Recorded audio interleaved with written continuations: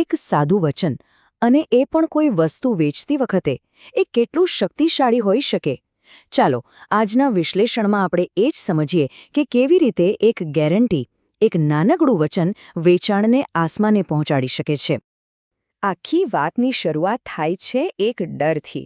ખબર છે, આ શબ્દો એક નવી હેરસ્ટાઇલિસ્ટના છે, પણ આ લાગણી, આ ડર એ દરેક વ્યક્તિ સમજી શકે છે જે કોઈ પ્રોડક્ટ વેચતી હોય કે કોઈ સેવા આપતી હોય. ગ્રાહકને નિરાશ કરી દેવાનો ડર એ તો દરેક બિઝનેસમાં હોય જ છે. પણ આખી વાર્તાનો આ તો માત્ર એક જ ભાગ છે. બીજો અને કદાચ એનાથી પણ વધુ મહત્વનો ભાગ એ તો ગ્રાહકના મનમાં ચાલી રહ્યો હોય છે. તો ચાલો હવે આખો દૃષ્ટિકોણ જ બદલી નાખીએ અને આખી પ્રક્રિયાને ગ્રાહકના મગજની અંદરથી સમજવાની કોશિશ કરીએ. દરેક બિઝનેસ નાનો હોય કે મોટો આ જ સવાલનો જવાબ શોધે છે. પણ નવાઈની વાત તો એ છે કે આનો જવાબ કોઈ માર્કેટિંગના પુસ્તકમાં નથી, પણ એ છુપાયેલો છે ન્યુરોસાયન્સમાં, એટલે કે આપણા મગજના વિજ્ઞાનમાં. અને સાંભળો, આ કોઈ કહેવત નથી કે કોઈ રૂપક પણ નથી. આ એકદમ વૈજ્ઞાનિક અને જૈવિક હકીકત છે. આપણું મગજ એ ખરેખર પીડા અનુભવે છે. જુઓ, વૈજ્ઞાનિકોએ એક પ્રયોગ કર્યો. એમણે જોયું કે જ્યારે લોકો કોઈ વસ્તુની કિંમત જુએ છે ત્યારે એમના મગજનો ઇન્સ્યુલર કોર્ટેક્સ નામનો એક ભાગ સક્રિય થઈ જાય છે.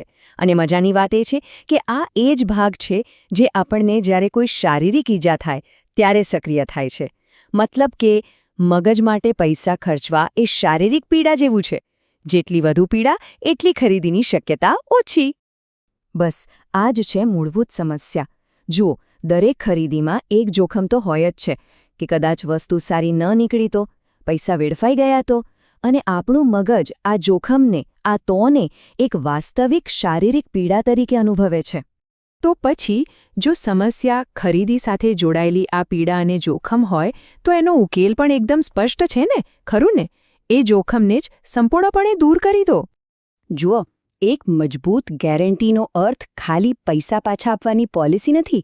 ના, એનાથી ઘણું વધારે છે. એ તો જોખમનું એક વ્યૂહાત્મક સ્થાનાંતરણ છે. એટલે કે ગ્રાહકના ખભા પરથી જોખમનો બધો જ ભાર ઉઠાવીને વેચનાર પોતાના ખભા પર મૂકી દે છે. આનાથી શું થાય? ગ્રાહક પીડાને બદલે આત્મવિશ્વાસ અનુભવે છે. ઓકે, તો ચાલો હવે એ જોઈએ કે એક એવું વચન કઈ રીતે બનાવી શકાય જે એટલું બધું શક્તિશાળી હોય કે ગ્રાહક માટે એ ઓફરને ના પાડવી લગભગ અશક્ય બની જાય. કોઈ પણ જોરદાર ગેરંટી છે ને, એ મુખ્યત્વે આ 3 પાયાના ઘટકો પર બનેલી હોય છે. પહેલું, એની અવધિ, એટલે કે કેટલા સમય માટે છે. બીજું, વળતર, મતલબ કે જો ગ્રાહક ખુશ નથી તો બદલામાં શું મળશે. અને ત્રીજું, શરતો, એ વળતર મેળવવા માટે શું કરવું પડશે. બસ આ 3ને યોગ્ય રીતે ભેગા કરો એટલે એક મજબૂત વચન તૈયાર. આનું એકદમ ઉત્તમ ઉદાહરણ છે આ. ગ્રેગ બ્રુક્સ નામના એક પર્સનલ ટ્રેનરે આ જ કર્યું. એમણે પરિણામ આધારિત ગેરંટી આપી અને એનો ઉપયોગ કરીને માત્ર 18 મહિનામાં એમનું વેચાણ 6 આંકડા સુધી પહોંચાડી દીધું.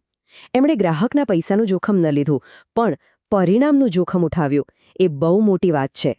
કે પછી ઝેપોસને જ લઈ લો. ઓનલાઈન પગરખાં વેચતી આ કંપનીને બરાબર ખબર હતી કે ગ્રાહકનો સૌથી મોટો ડર શું છે. એ જ કે શૂઝ બરાબર ફિટ નહીં થાય તો. એટલે એમણે શું કર્યું? સીધી 1 વર્ષની, મતલબ કે 1365 ડેઝની રિટર્ન પોલિસી આપી દીધી. ખરીદીનું બધું જ જોખમ ગાયબ. અને એનું પરિણામ શું આવ્યું? અકલ્પનીય. એમની આ ગેરંટી લાગુ થયા પછી ઝેપોસનું વેચાણ 1 જ વર્ષમાં સીધું 4 ગણું વધી ગયું. આ આંકડા પોતે જ એક જોખમમુક્ત વચનની તાકાત બતાવે છે. આપણે પણ ગ્રાહકના સૌથી મોટા ડરને ઓળખી શકીએ છીએ. શું ડર? પૈસા ગુમાવવાનો છે? તો ડબલ પૈસા પાછા આપવાની ઓફર કરી શકાય. શું ડર સમય બગડવાનો છે?